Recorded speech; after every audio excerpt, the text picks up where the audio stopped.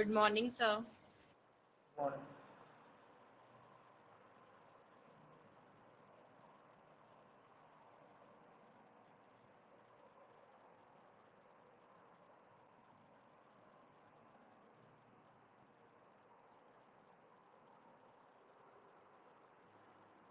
तो आज अपन third chapter start करेंगे। बिल्कुल बेसिक चीज़ें जो आप लोगों ने पहले की क्लास में देख रखी थी वही चीज़ें आज अपन डिस्कस करने वाले हैं। इंट्रोडक्शन पार्ट रहेगा।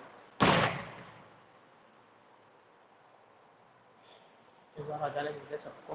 चैप्टर का नाम है पेयर और लीनियर इक्वेशंस इन टू वेरिएबल्स। चैप्टर के नाम से पता चल रहा है कि यहाँ पे अपन पेयर पढ़ेंगे। किसका पेयर पढ़ेंगे? इक्वेशंस का पेयर पढ़ेंगे। ऐसी इक्वेशंस, लीनियर इक्वेशंस। ठीक है, लीनियर इक्वेशन मतलब ऐसी इक्वेशन जो लीनियर पॉलिनोमियल से बनी हो। ठीक है, लीनियर इक्वेशन का मतलब क्या हो गया? ऐसी इक्वेशन जो लीनियर पॉलिनोमियल से बनी होती है। लीनियर पॉलिनोमियल मतलब हाईएस्ट जो पावर है वेरिएबल की वो कितनी होगी? 1 रहेगी। तो 1. लीनियर इक्वेशन का पेयर उसकी स्टडी अपन करने वाले हैं। लेकिन वो जो लीनियर इक्वेशन है वो भी कैसी होनी चाहिए? 2 वेरिएबल वाली होनी चाहिए। ठीक है, तो जैसा कि चैप्टर का नाम है कि यहाँ पे अपन लीनियर इक्वेशन के पेयर की स्टडी करने वाले हैं और लीनियर इक्वेशन भी कैसी होनी चाहिए? 2 वेरिएबल वाली होनी चाहिए। ठीक है ना, तो अपन देखेंगे। पहले उससे पहले अपन लीनियर इक्वेशन समझते हैं। लीनियर इक्वेशन क्या होती है बेसिकली?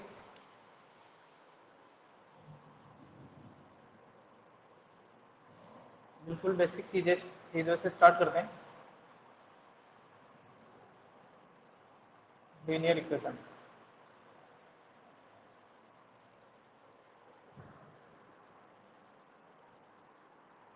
तो लीनियर इक्वेशन मतलब ऐसी इक्वेशन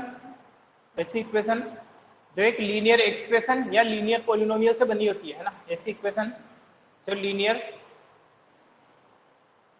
यहाँ पे अपन लीनियर इक्वेशन के साथ में linear equation in two variable की ही बात कर लेता हूँ डायरेक्ट, है ना। Linear equation in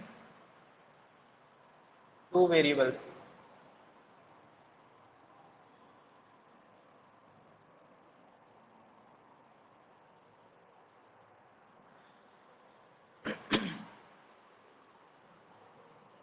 the equation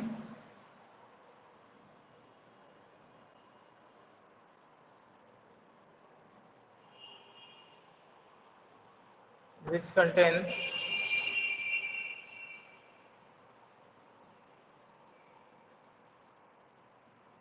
a linear algebraic expression, a linear algebraic expression, linear algebraic expression and has two variables.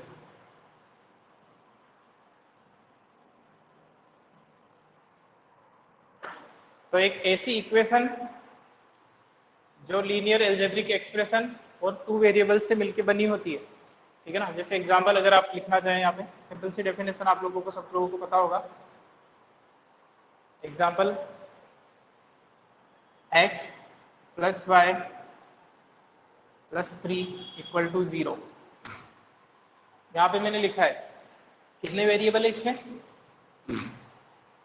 कितने वेरिएबल है? 2 वेरिएबल है x और y, है ना। 2 years. ये तो कांस्टेंट है, 3 तो कांस्टेंट है, 2 वेरिएबल है। ठीक है ना, और इसमें मैक्सिमम पावर कितनी है वेरिएबल की? भाई किसी भी पॉलिनोमियल या एल्जेब्रिक एक्सप्रेशन की जब अपन डिग्री निकालते थे तो अपन क्या करते हैं? इसकी मैक्सिमम पावर 1, इसकी भी 1 है, तो पूरे एक्सप्रेशन की भी 1 हो जाएगी। ठीक है ना, तो इसलिए अपने इसको एल्जेब्रिक, लीनियर एल्जेब्रिक एक्सप्रेशन कहा है। और गुड मॉर्निंग मतलब सर। इसको अपन, गुड मॉर्निंग, तो इसको अपन लीनियर इक्वेशन बोल सकते हैं, ऐसी इक्वेशन। ठीक है ना, जरूरी नहीं है एक्स वाई जेड में ही हो, कुछ और एग्जाम्पल भी हो सकता है। अगर आप ए बी सी में बनाना चाहते हो, ए बी में बनाना चाहते हो, तो ए माइनस बी इक्वल टू 0 है, हो सकता है ऐसा भी। ठीक है, यहाँ पे वेरिएबल क्या है? A b. यहाँ पे वेरिएबल्स क्या है? A और B. यहाँ तो थे x और y। ठीक है, यहाँ पे वेरिएबल है a और b। ठीक है ना, हो सकता है कांस्टेंट 0 भी हो सकता है, कोई फर्क नहीं पड़ता उससे। लेकिन ये दोनों 0 नहीं हो सकते, आपको पता है। ये दोनों जीरो नहीं हो सकते क्योंकि इनमें से एक भी जीरो हो गया, लेट्स सपोज ये वाला टर्म नहीं रहा, तो फिर वो कितने वेरिएबल की इक्वेशन बन जाएगी? वन वेरिएबल की। कितने? वन वेरिएबल की बन जाएगी, है ना। तो constant term can be zero but not any of the variable would be equal to zero. Otherwise वो इक्वेशन जो है वो एक वेरिएबल वाली रह जाएगी, फिर अपन जो नाम दिया है linear equation in two variable वो नहीं बोल पाएंगे। और एग्जांपल आप समझ सकते हो, 2x + 3y = -5, ऐसा भी हो सकता है ना। इसी को 3 को इधर ले जाता तो -3 हो जाता, वही सेम बात ऐसा हो सकता है इसमें। यहाँ पे भी वेरिएबल जो है वापस से क्या है, x एंड y है। यहाँ पे जो वेरिएबल है वो क्या है, x और y है। तो इसकी जनरल फॉर्म लिखना चाहता हूँ मैं यहाँ पे। सबसे इंपॉर्टेंट डिस्कशन अब स्टार्ट होगा, अभी तक का आज जो अपन देख रहे हैं उसमें सबसे इंपॉर्टेंट डिस्कशन जनरल इक्वेशन लिख रहा हूँ मैं इसकी, है ना। जनरल फॉर्म, ठीक है, इसकी general form linear equation in two variable की जनरल फॉर्म लिख रहा हूँ। तो जनरल फॉर्म को अपन लिखेंगे इस तरीके से, ax + by + c = 0, जहां पे a है कोफिशिएंट ऑफ x, b है coefficient of y, c constant term है, ठीक है ना। इस तरीके से अपन जनरल फॉर्म लिखेंगे। यहाँ पे इंपॉर्टेंट चीज ये है कि where a, b and c are real numbers. अपने को पता है पॉलिनोमियल अपन देखा था, वहां पे जो कोफिशिएंट होते हैं वो रियल नंबर होते हैं, आर रियल नंबर्स एंड सबसे इंपॉर्टेंट कंडीशन जो मैंने आप लोगों को अभी बताई थी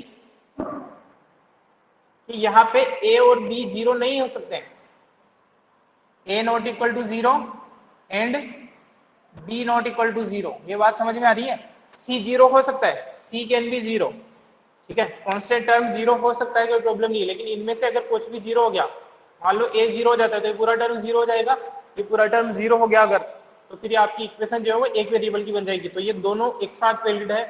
ABC जो है लीनियर नंबर रियल नंबर होंगे और a should not be equal to 0 and b should not be equal to 0। यहाँ तक कहानी समझ में आई आप लोगों को? बोलो। Yes, और sir. ये जो मैंने लिखा है ना, ये जो लिखी है ये लाइन, इसको कई बार या मैक्सिमम टाइम आपको इस तरीके से भी लिखा हुआ एक ही, यहाँ पे तो दो अलग अलग चीजों में लिखना पड़ रहा है मेरे को कि a not equal to 0, b not equal to 0।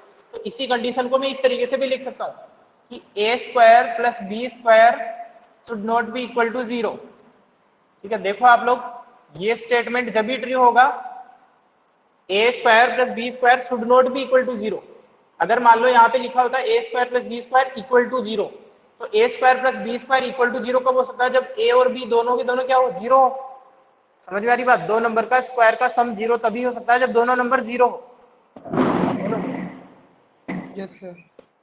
ठीक है, आप इमेजिन करके देख लो भाई, स्क्वायर जैसे ही आप करोगे तो पॉजिटिव नंबर हो जाएंगे दोनों। किसी भी नंबर का नेगेटिव भी है, उसका आप अगर जैसे ही स्क्वायर करोगे तो नंबर पॉजिटिव हो जाएगा। और अगर दो पॉजिटिव नंबर का सम तो कभी 0 हो ही नहीं सकता है, ठीक है। सम, दो पॉजिटिव नंबर का सम 7 + 5 करते हैं तो 12 होता है, कभी 0 नहीं हो सकता है ना। एक पॉजिटिव एक नेगेटिव नंबर हो, दोनों इक्वल होते हैं तब जाके 0 होता है, ठीक है ना। तो यहाँ पे 0 कब हो सकता है? दो नंबर का सम, जब दोनों के दोनों नंबर क्या हो, 0। तो इसका मतलब इस कंडीशन को मैं ऐसे भी लिख सकता हूँ भाई, a² + b² जो 0 नहीं होना चाहिए। ये 0 केवल तभी नहीं होगा जब दोनों के दोनों नॉट इक्वल टू 0 हो, ठीक है बात? Yes sir. आ गई बात समझ में? इस कंडीशन को अपन ऐसे लिखा हुआ मिलेगा आप लोगों को, कई बार इसकी जगह ये लिखा हुआ मिलेगा। तो ये आज की इंपॉर्टेंट चीज ये थी जो लास्ट में मैंने नीचे लिखा है स्टार मार्क करके। जनरल फॉर्म क्या हुआ सर? ये वाली चीज एक बार वापस बताना, जनरल फॉर्म। देखो, जनरल फॉर्म तो मतलब इस तरीके की होगी। यहाँ पे वेरिएबल चेंज हो सकते हैं, दो तो वेरिएबल है इसमें, x और y दो वेरिएबल है, ठीक है।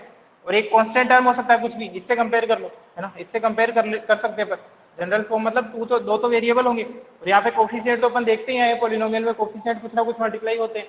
जैसे ax + by + c कर दिया, तो यहाँ पे जो abc है इस केस में, इस जनरल फॉर्म में abc, यहाँ पे ab वेरिएबल थे, समझना बात को, यहाँ पे ab वेरिएबल थे, लेकिन यहाँ पे ab क्या है, कांस्टेंट है, क्योंकि जानबूझ के मैं वो डिफाइन करेगा अगर ऐसा होगा तो, क्योंकि यहाँ पे लिख दिया इसने कि ए बी सी जो है वो क्या है, रियल नंबर्स है। ठीक है, a b c real numbers है, और साथ ही साथ में ये कंडीशन इंपॉर्टेंट है कि ए और बी दोनों जीरो नहीं होने चाहिए, दोनों में से कोई भी जीरो नहीं होना चाहिए। अगर मान लो ये जीरो हो गया, बी जीरो हो जाता है, तो ये पूरा टर्म जीरो हो जाएगा, तो इक्वेशन बचेगी आपके पास a x plus c equal to zero. A x plus c equal to zero जो है एक लीनियर इक्वेशन तो है, लेकिन वो 2 वेरिएबल वाली नहीं है फिर। ठीक है, एक ही वेरिएबल वाली है, इस केस में वो एक वेरिएबल वाली बन जाएगी। ठीक है ना, तो इसी के साथ में अगर मान लो बी जीरो हो जाता है, ए जीरो हो जाता है, तो ये इक्वेशन बचेगी बी वाई प्लस सी, तो वापस से वो एक ही वेरिएबल वाली दैट इज वाई वाली लीनियर इक्वेशन बचेगी, 2 वेरिएबल वाली नहीं बचेगी। इसलिए ये कंडीशन तो ट्रू है कि a b c real number है, साथ ही साथ में ये भी होना जरूरी है कि a not equal to zero, b not equal to zero. इस कंडीशन को अगर मैं एक ही सेंटेंस में लिखना चाहूँ तो ऐसे लिख सकता हूँ कि a square plus b square not equal to zero. दोनों का सम केवल तभी जीरो होगा जब दोनों जीरो हो जाए एक तरफ। ठीक है,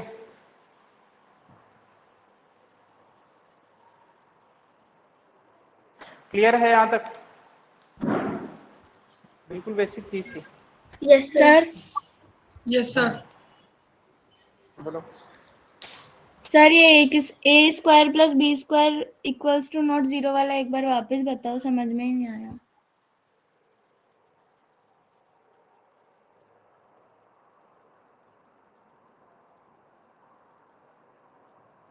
अरे इस कंडीशन को देखो, ए और जीरो दोनों जीरो नहीं होने चाहिए, है ना, दोनों एक साथ जीरो नहीं होने चाहिए। A not equal to zero, b not equal to zero, अगर ऐसी कंडीशन है। अच्छा एक और चीज बता दूं मैं यहाँ पे, अगर दोनों में से एक जीरो है तो उसको अपन बाद में देखेंगे इस चीज को। तो अगर ए और बी दोनों एक साथ जीरो नहीं होने चाहिए, उसको ऐसे लिख सकता हूँ ना मैं, ए स्क्वायर प्लस बी स्क्वायर, दो नंबर का स्क्वायर का सम जीरो कब आ सकता है? दो नंबर का स्क्वायर का सम जीरो कब आ सकता है? जब नंबर जीरो हो। जैसे लिखा मैंने 3 स्क्वायर प्लस 2 स्क्वायर, कोई भी नंबर लिख लो, 5 स्क्वायर प्लस 1 माइनस 1 स्क्वायर, किसी भी तरीके के नंबर लिख लो, उनका सम कभी जीरो आ सकता है क्या? केवल तब जीरो आता है दो नंबर का स्क्वायर का सम, तब वो दोनों नंबर जीरो हो। आ रही बात समझ में? सर जीरो ए होने प्लस की बात कर बी रहा हूं मैं। ना, हाँ ए प्लस बी भी जीरो। अरे ए प्लस बी ये जीरो नहीं होना चाहिए, ऐसे बोल रहे हो तुम? ऐसी कंडीशन थोड़ी है। अगर मान लो ये ए 5 है और बी -5 है तो फिर जीरो हो जाएगा। तो ए और बी जो है वो +5 और -5 है, तब भी जीरो हो जाएगा ना ए प्लस बी तो। लेकिन उस केस में यहाँ ये वाली कंडीशन थोड़ी सेटिस्फाई हो रही है कि दोनों नॉट इक्वल टू जीरो होने चाहिए। ठीक है ना,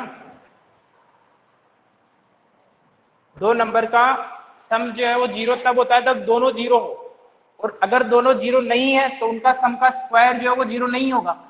ठीक है, दोनों जीरो नहीं है तो इसका मतलब यही तो कंडीशन थी, दोनों जीरो नहीं है। दोनों जीरो नहीं है तो इस कंडीशन को अपन ऐसे लिख सकते हैं, a square plus b square not equal to zero. Clear है क्या? Yes sir. ठीक है, Yes, sir. ठीक है, तो हाँ इसका स्क्रीनशॉट लो आप लोग।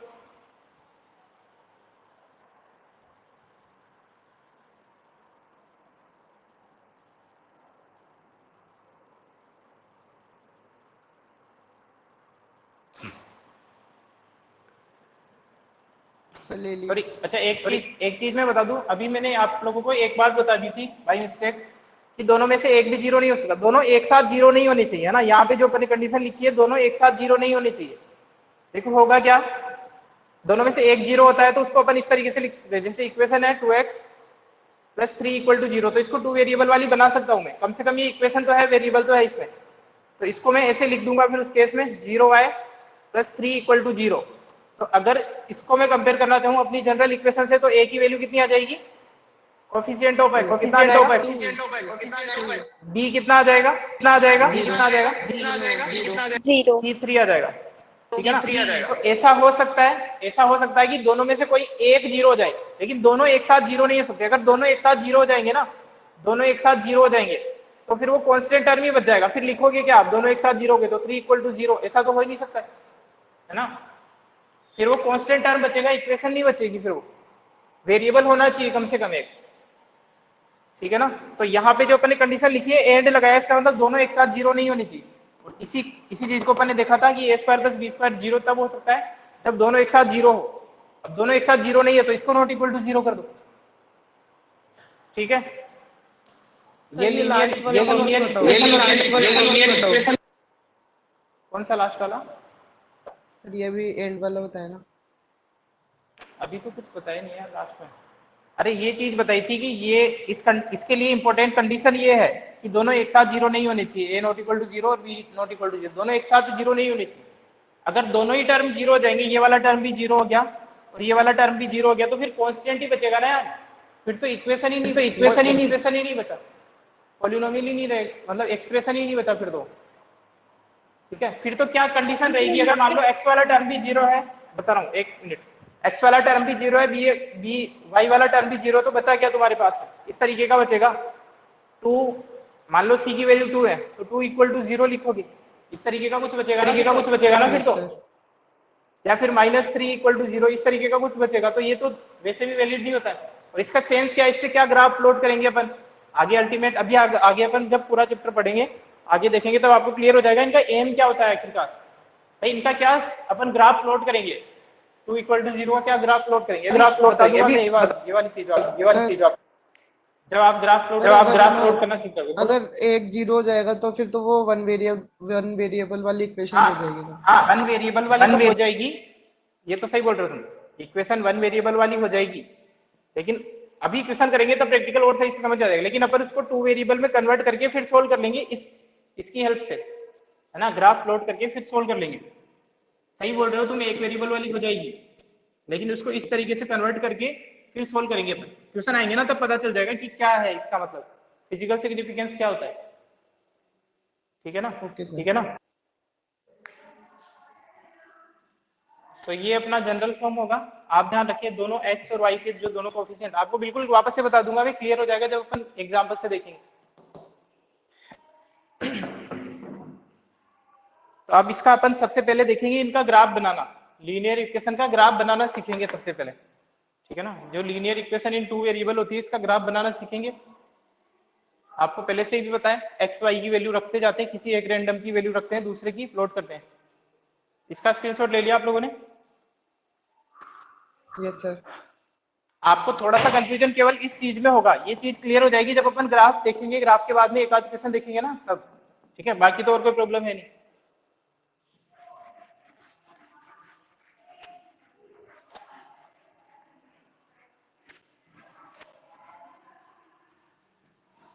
अब अपन देखते हैं linear equation in two variable का ग्राफ बनाना सीखते हैं पहले, कि क्यों इसका नाम लीनियर है। लीनियर तो लाइन से बना, मैंने आप लोगों को पहले भी बताया था कि लीनियर पॉलिनोमियल को या लीनियर इक्वेशन को लीनियर इक्वेशन इसलिए बोलते हैं कि इसका जब अपन ग्राफ प्लॉट करते हैं तो एक स्ट्रेट लाइन आती है हमेशा। ठीक है, लाइन आती है इसलिए इसका नाम लीनियर इक्वेशन है। Graph of linear equation in two variable.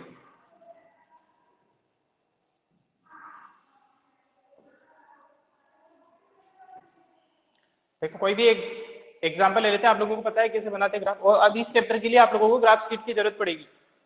ठीक है, इस चैप्टर के लिए जो फर्स्ट एक्सरसाइज है इसकी, उसमें जो सॉल्यूशन है वो ग्राफ से ही करना है, तो आप लोग सब ग्राफ शीट खरीद लें आज। Yes sir. ठीक है, ताकि नेक्स्ट क्लास में अपन कंटिन्यू कर पाए। आज मैं आपको बता देता हूँ, जैसे फॉर एग्जांपल सबसे पहले अपन एक एग्जांपल ले लेते हैं, 2x plus 3y equal to 5 ले लो। ठीक है, 2x plus 3y equal to 5, ये अपन एक इक्वेशन लिखी है, लीनियर इक्वेशन है, टू वेरिएबल वाली है। जनरल फॉर्म से अपन कंपेयर करें, ध्यान रखना यहाँ पे थोड़ा सा सोच समझ के जवाब देना।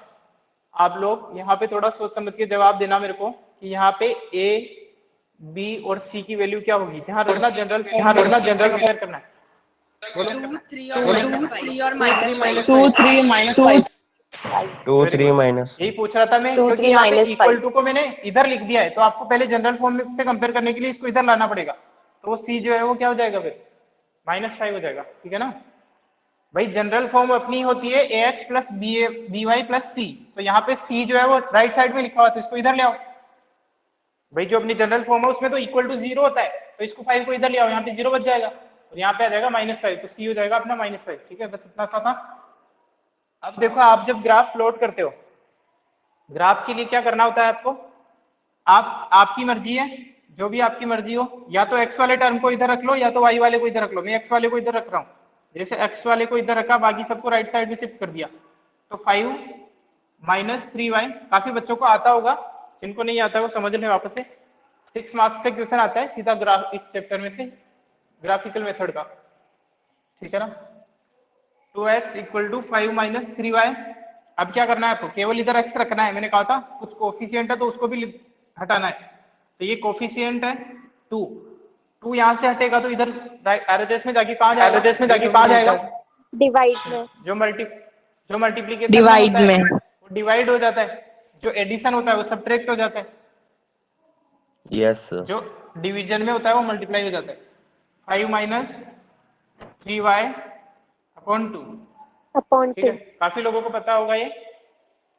तो अब करेंगे अपन इसकी हेल्प से Yes, sir. कुछ पॉइंट निकालेंगे, 3 पॉइंट निकालेंगे बेसिकली, और उनको ग्राफ में प्लॉट करेंगे। अब क्या करना है, क्या किया अभी तक मैंने, x या y जो भी आपकी मर्जी है उस टर्म को इधर रख दो, बाकी सबको RHS में शिफ्ट कर दिया, इधर केवल x रखना है, x इधर रख दो, ठीक है, इस तरीके से। अब यहाँ पे एक ये जो y है, RHS में जो y है, इसकी वैल्यू तो अपनी मर्जी से कुछ भी पुट करते जाना है, कोई भी रैंडम वैल्यू अपनी मर्जी से पुट करते जाना है, और x की वैल्यू निकालनी है। जैसे मैं 3 की जगह यहाँ पे पुट कर दूं 0, ठीक है, 3 की जगह अगर मैं पुट कर दूं, सॉरी y की जगह पुट कर दूं 0, 1 माइनस 1 2, इस तरीके से अपनी मर्जी से कोई भी वैल्यू पुट कर सकते हैं इस y की, और जो पूरी वैल्यू निकल के आएगी वो किसकी वैल्यू होगी, x की वैल्यू होगी, x की वैल्यू होगी।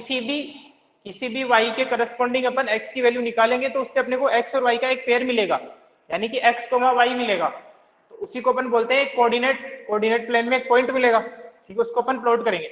लेकिन इंपॉर्टेंट कंडीशन ये भी है कि आप ये जो y है, या फिर अगर आप y को इधर रखते हो और x को इधर शिफ्ट करते, एक क्वेश्चन और करेंगे अपन, तो उसमें आपको x की वैल्यू अपनी मर्जी से पुट करनी होती, यहाँ पे y की कर रहे हो, तो y की वैल्यू इस तरीके से लेनी है आपको कि ये जो पूरी क्वांटिटी है वो क्या है, एक इंटीजर है।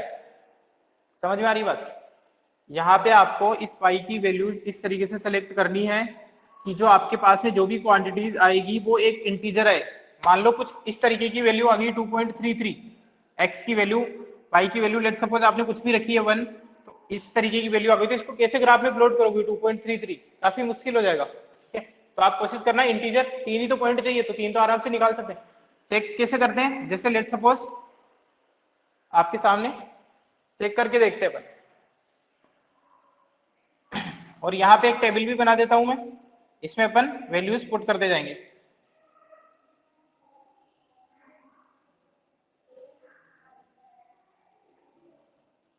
इसी तरीके से करना है जो मैं आपको बता रहा हूँ मेथड, यहाँ पे x और यहाँ पे y, ठीक है, यहाँ पे x की वैल्यूज लिखेंगे, यहाँ पे y की वैल्यूज लिखेंगे नीचे वाले रो में, ठीक है।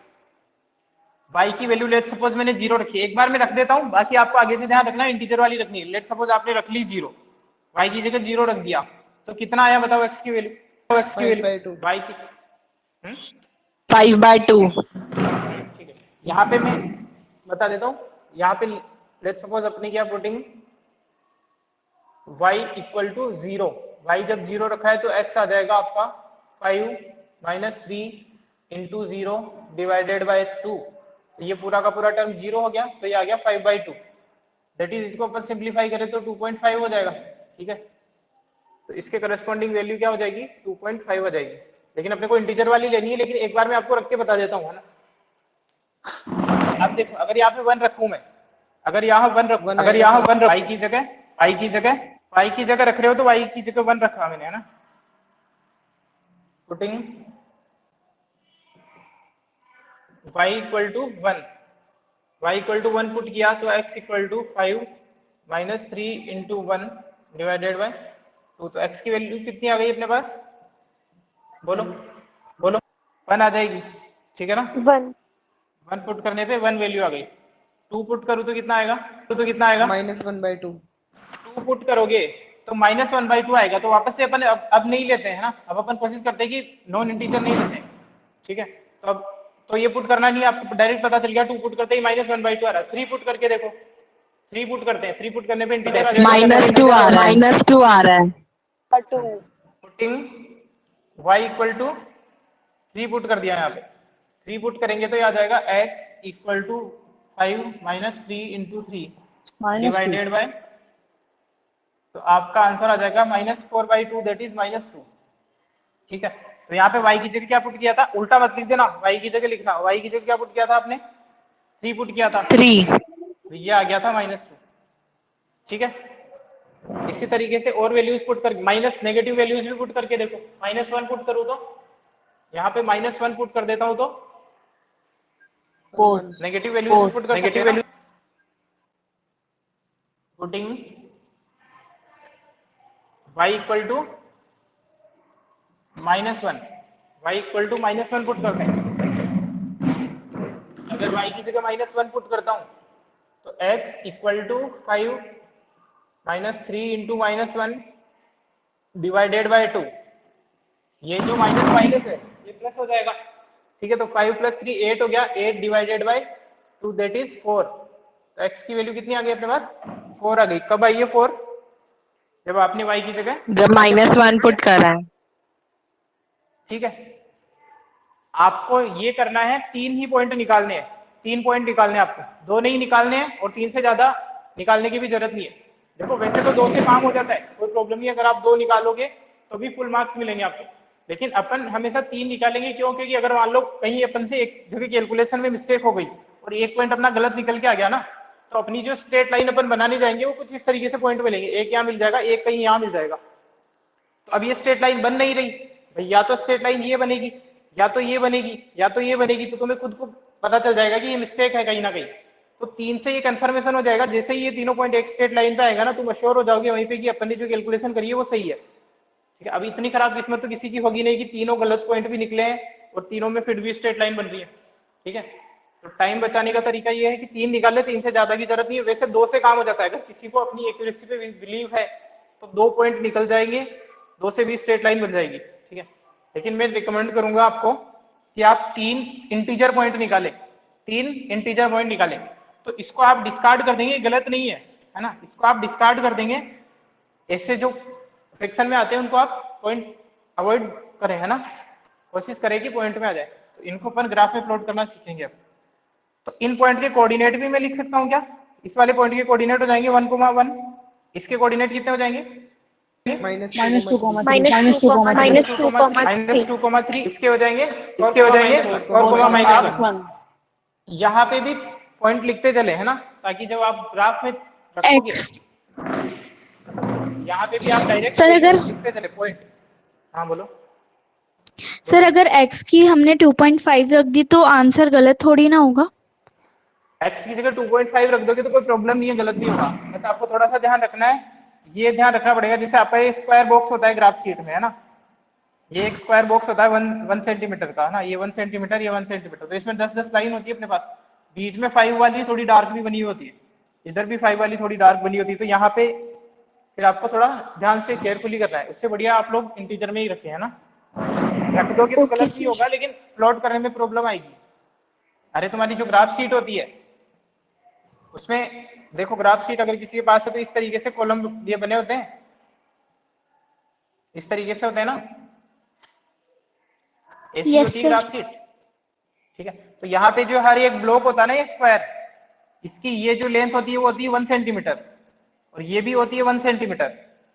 ठीक है, हाइट भी 1 सेंटीमीटर होती है और विड्थ जो है वो भी 1 सेंटीमीटर होती है, लेंथ जो है।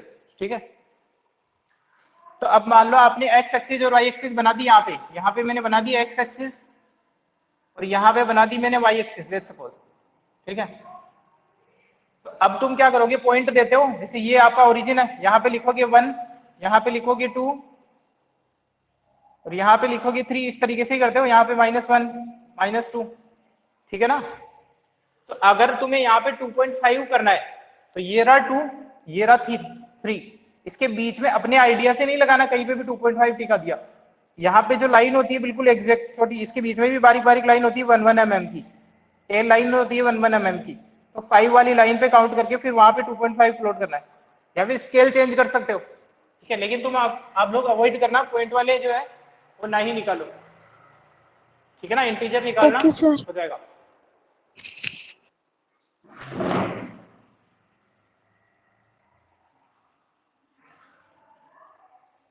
तो यहाँ पे अपन पॉइंट भी लिख रहे हैं जो जो अपन ने निकाले। और एग्जाम में मान लो बाई मिस्टेक, और एक और इंपॉर्टेंट चीज सुन लो, अगर मान लो तुम एग्जाम में बाई मिस्टेक तुमने रख दी वैल्यू, आपको पता नहीं था कि ये पॉइंट में आएगा नहीं आएगा, जैसे फेयर कॉपी में करोगे एग्जाम में तब की बात बता रहा हूँ, है ना, मेन कॉपी में कर रहे हो और ये जो सॉल्यूशन कर रहे हो, करते करते आपके पॉइंट में आ गया, तो उस पॉइंट को डिलीट नहीं करना है, रखे रहना है ना। उसका यूज अपन ग्राफ में ही नहीं करेंगे, लेकिन उसको जो सोल्व कर दिया है उसको रहने देना, एग्जामिनर को पता चलेगा कि इसने सोल्व तो किया है, ठीक है। उसको काटने की जरूरत नहीं है, अगर फ्रैक्शन में आ रहा है तो तुम्हारे उसको रख देना पॉइंट को।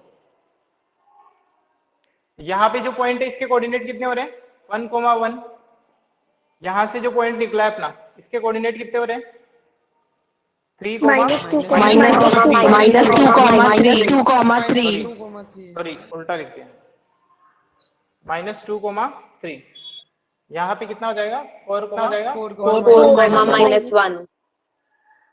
ठीक है, 2.5, 0। तो अब ये 3 पॉइंट अपन प्लॉट करेंगे ग्राफ में, आप इसका स्क्रीनशॉट लो।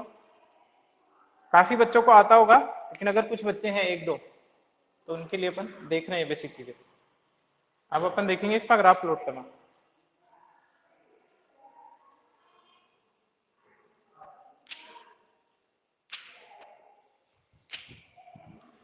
तो ले लिया इसका स्क्रीनशॉट, इसका ग्राफ देखते हैं। तो ये पॉइंट लिख लेता हूं मैं डायरेक्ट, ये वाली चीज तो जो अपने पॉइंट काम में आने वाले उन पॉइंट को लिख लेता हूँ। 1,1, एक पॉइंट है -2,3, एक पॉइंट अपने पास में 4,1। ग्राफ शीट परचेज कर ले सब लोग, एक दिन का टाइम भी आप लोगों के पास, क्योंकि कल तो ऑफ है क्लासेस। सर वहाँ पे 4,-1 आएगा। यहाँ पे 4, अच्छा इधर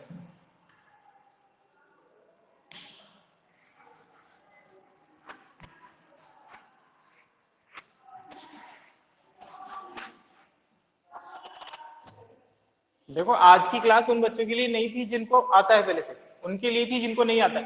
तो जिनको नहीं आता है और वो पूछ भी नहीं रहे हैं तो फिर प्रॉब्लम हो जाएगी, ठीक है ना। जिनको नहीं आती है ये चीजें, उनको डाउट भी पूछने होते हैं अगर कुछ समझ में नहीं आ रहा है।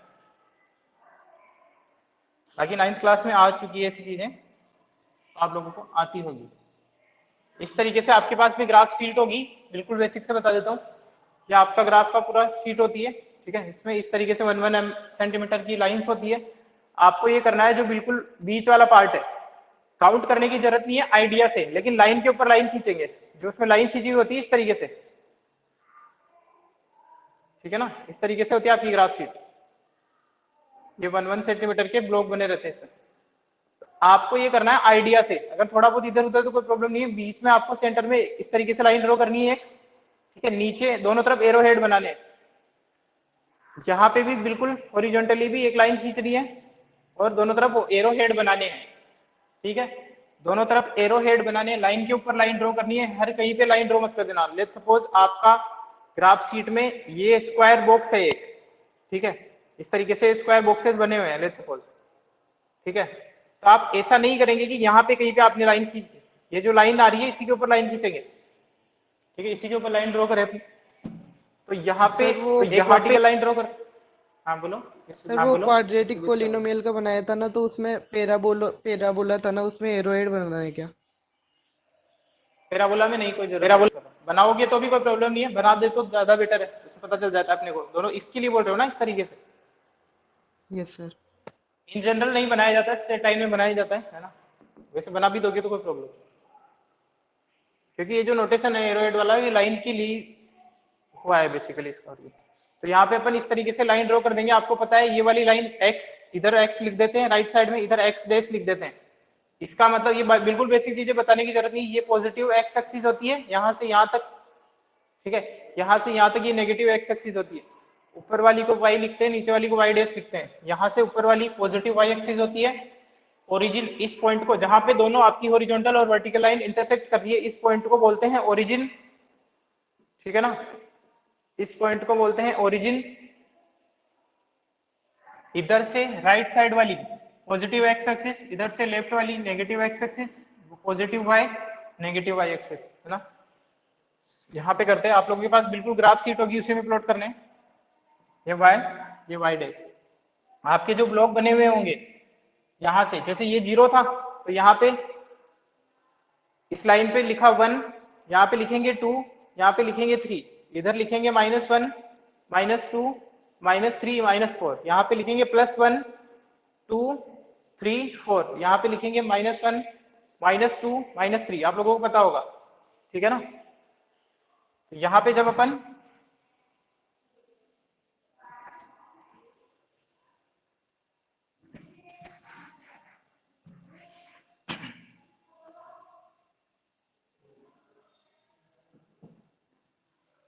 तो देखो यहाँ पे ग्राफ प्लॉट करते हैं, यहाँ पे अपन आपके पास में होगा, नंबरिंग कर लेंगे 1, 2, 3, 4, 5, इस तरीके से की जरूरत है। यहाँ पे लेफ्ट साइड में माइनस नेगेटिव में होते हैं, x की value -2, -3, -4, positive y 1, 2, 3, 4, -1, -2, -3, -4। Graph point plot करना स्टार्ट करते हैं। आप लोगों को पहले थोड़ा आइडिया में दे चुका हूँ इस तरीके से प्लॉट करते हैं। जैसे 1,1 है तो x एक्सिस में चलना है, ये x कोऑर्डिनेट होता है, ये y कोऑर्डिनेट होता है। पहले जो लिखा होता है x कोऑर्डिनेट या एब्सिसा भी बोलते हैं इसको, ठीक है, और इसको बोलते हैं y कोऑर्डिनेट या ऑर्डिनेट, कोऑर्डिनेट, ठीक है ना, y कोऑर्डिनेट या coordinate, x coordinate, y coordinate. x coordinate बताता है आपको हॉरिजॉन्टल कितना चलना है, x कोऑर्डिनेट बताता है हॉरिजॉन्टल कितना चलना है, y कोऑर्डिनेट बताता है वर्टिकल कितना चलना है, प्लस साइन बताता है राइट साइड में किधर चलना है। अगर x कोऑर्डिनेट का प्लस है तो राइट साइड में, x कोऑर्डिनेट नेगेटिव है तो लेफ्ट साइड में, y कोऑर्डिनेट पॉजिटिव है तो ऊपर की तरफ up side, y coordinate negative है तो डाउन साइड, ठीक है। 1, 1 यहाँ से स्टार्ट करना है हमेशा 0, 0 से, यहाँ से 1 चलना है, मतलब राइट साइड में 1 चले, यहाँ पे रुक गए, ठीक है। अब y में 1 चलना है +1 तो ऊपर गए, यहाँ पे पहुंच जाएंगे कहीं, ठीक है ना। यहाँ पे छोटा सा डॉट लगा के इसके चारों तरफ इस तरीके से सर्किल बनाना है। पॉइंट का नाम लिख दो कोई भी आपकी मर्जी से, A, और इसके कोऑर्डिनेट लिखना, ये होता है पॉइंट को रिप्रेजेंट करने का बिल्कुल बेसिक तरीका, ठीक है। डॉट लगाना है उस जगह, छोटा सा सर्किल बनाना है, उसका नाम आप अपनी मर्जी से कुछ भी लिख सकते हो, और उसके पास में लिख देना है उसके कोऑर्डिनेट। इसके बाद में -2, 3, x एक्सिस में नेगेटिव है, लेफ्ट साइड चलना पड़ेगा, 2 स्टेप चलना पड़ेगा, 1, 2, यहां से चलना है 3 ऊपर की तरफ, 1, 2, 3, यहाँ पे पहुंच जाओगे, ठीक है ना। तो ये आ जाएगा -2, 3। यहाँ पे मैं 2 पॉइंट को ही प्लॉट कर देता हूँ, क्योंकि अपने स्केल से तो किया नहीं है ना, तो यहाँ पे डिस्टर्ब भी है लाइंस, तो स्ट्रेट लाइन बनेगी नहीं अभी। अगर एक और पॉइंट लेता हूँ तो आप लोग ग्राफ में बनाओगे तो बिल्कुल स्ट्रेट लाइन बनेगी हमेशा।